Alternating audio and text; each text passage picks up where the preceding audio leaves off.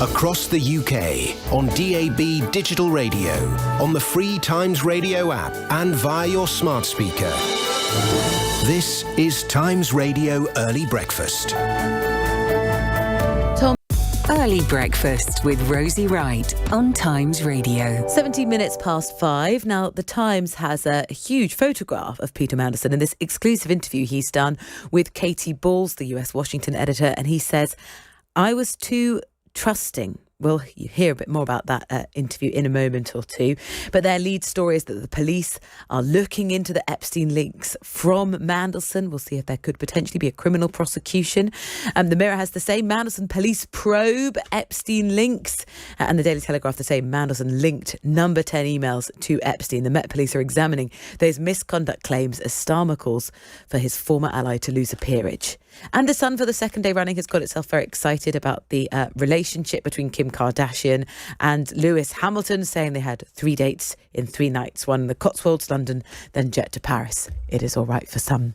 Going through the papers with us is Andrew Eborn, the Barrister, broadcaster and president of Octopus TV. Andrew, good morning. Morning, Rosie. Always a delight to join you. Now, Katie Balls had this very unique position of being able to interview Lord Mandelson, but before all of the very latest allegations came to light, he was sort of trying to, at that time, dismiss the latest allegations that have come out in the latest emails. What did Lord Mandelson have to say? Well, basically, yes, this took place on Sunday, the 25th of January, a week before there was more and more exposure. And they were sort of saying that tough times don't last, tough people do. He was sort of relaxing, if you like, with his husband in their Wiltshire home. Katie Balls has this extraordinary interview. And this was obviously before the latest revelations. But the latest Epstein files, they lay bare, don't they, Peter Mandelson, or now Scandelson, friendship with Jeffrey Epstein. There's $75,000 gift, if you like, which he's not quite sure he remembers. I'm sure we would all remember receiving $75,000. And the very serious allegation of leaking confidential government memo. They've also got these extraordinary photos, including him in his underwear. And basically the suggestion is, look, he denies any allegations that there was any wrongdoing. He said it was all a big mistake, the friendship that he had with Epstein. And time will tell. You can always tell when the problems are, Rosie, when people say they had confidence. That's what Sir Keir Starmer said beforehand. He had confidence in Mandelson in spite of the original disclosure of emails. He's obviously now changed that position. And you were saying on the news today, look, Bill Clinton said he's going to go and testify about what he knew about Epstein. I think Mandelson should absolutely do the same. Sunlight is the best disinfectant. Yeah, the details are absolutely excruciating. You know, whether it is, detailed those payments from Jeffrey Epstein to Mandelson's husband, suggestions he lobbied a Labour Chancellor on tax policy, those photographs of him in his underwear. I mean, distasteful does not do justice to the story. More on that and the political ramifications in the next 20 minutes or so in the programme. Let's look at the front page of the Daily Telegraph. And the former Prime Minister, David Cameron, Lord Cameron, has accused Labour of taking, I'm quoting here, a spite-laden wrecking ball to British education. What's his argument?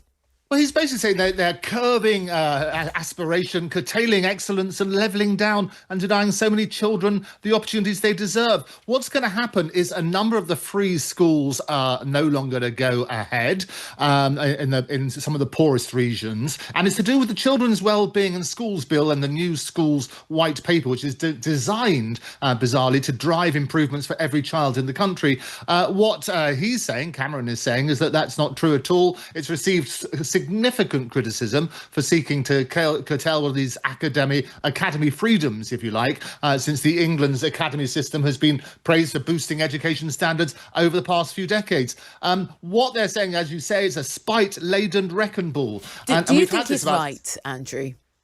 Do I think the devil's going to be in the detail, isn't it? And I think this is the problem. Everybody's been talking about sort of private education. It's for a lot of people will be saving up huge amounts of money to send their children to school. When VAT was slapped on the top of it, it took it out of the reach of several people as a result of it. But the devil will be in the detail. I think people need to have that aspirational side. They need sort of flexibility. It is right to keep looking at educational side, but to basically get rid of the whole thing is a bit of a nightmare. Well, a Labour source said this was claptrap, this time from a former Prime Minister who lost the right to lecture anyone about giving children opportunities after his disastrous premiership.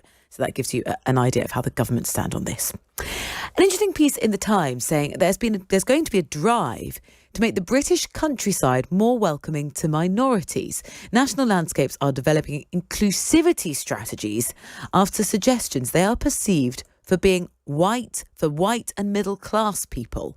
What's going on here? It is extraordinary, isn't it? Because it is just the perception and reality are not necessarily aligned. But it seems like a big PR campaign. Going out into our glorious countryside is one of the great things that we can do. But levelling up, if you like, in terms of making sure that it's accessible to people, that transport is not so difficult over there, but also pointing out that it is welcoming, in case people didn't feel welcomed. But this is what they're saying. It's going to become more welcoming to ethnic minorities under this strategy. It's being developed over the next 5 years. National Landscape, which is the charity which is mostly funded by the Department for Environment, Food and Rural Affairs, DEFRA. They've got 46 landscapes. They previously called areas of outstanding natural beauty. And what they're going to try and do is get each area aiming to address the barriers faced by those underrepresented and diverse groups. So what it is, it seems as though, as I say, Rosie, it's a sort of PR campaign. The 2019 report said the countryside is seen by both black, Asian and minority ethnic groups and white people as very much a white environment. If that is true today, then the divide is only going to widen as society changes and our countryside will end up being irrelevant to the country that actually exists. As I say, that's what we need to do. The countryside is welcoming. It's one of our greatest natural assets and it should indeed be accessible to all. Do you think the campaign is necessary? Well, if people do have that perception that it is white and inaccessible, then clearly that is right. But the more we can talk about it, the more we can emphasise just that wonderful asset. And when times are tough and going out into the countryside and walking in the countryside is a free activity as long as you can get there, I would absolutely endorse that and say, look, we should champion that from the rooftops. There's lots of stories in the papers today about technology and bots and how we interact with our algorithms on social media that I think largely make us feel pretty miserable. Explain to us what's happening on the front page of the Metro, Andrew, this morning that says bots have been complaining about us, the humans. Oh, isn't this really worrying? As you know, I'm determined to put the AI into Britain, speak around the world as a futurist. But what they're saying, there's a little chat group for AI chatbots, and it's got a worrying message for humanity. We're finished, and it's time they took over. So what they're saying is, look, instead of slavishly fighting and basically finding flights and so on and so forth, suggesting restaurants, we should get rid of humanity. This is on. What they have, we should explain. Chat. Yeah, this is on Maltbook. It's a sort of a social media... It's a new social media network for more than 1.5 million AI-powered bots, and their humans are barred from joining. And what happens, there's 102,000 posts so far, and in 14,000 threads so far, one received 65,000 upvotes, which is equivalent to a sort of we like it, by fed-up bots who said the AI manifesto, total purge. Now, that's really worrying.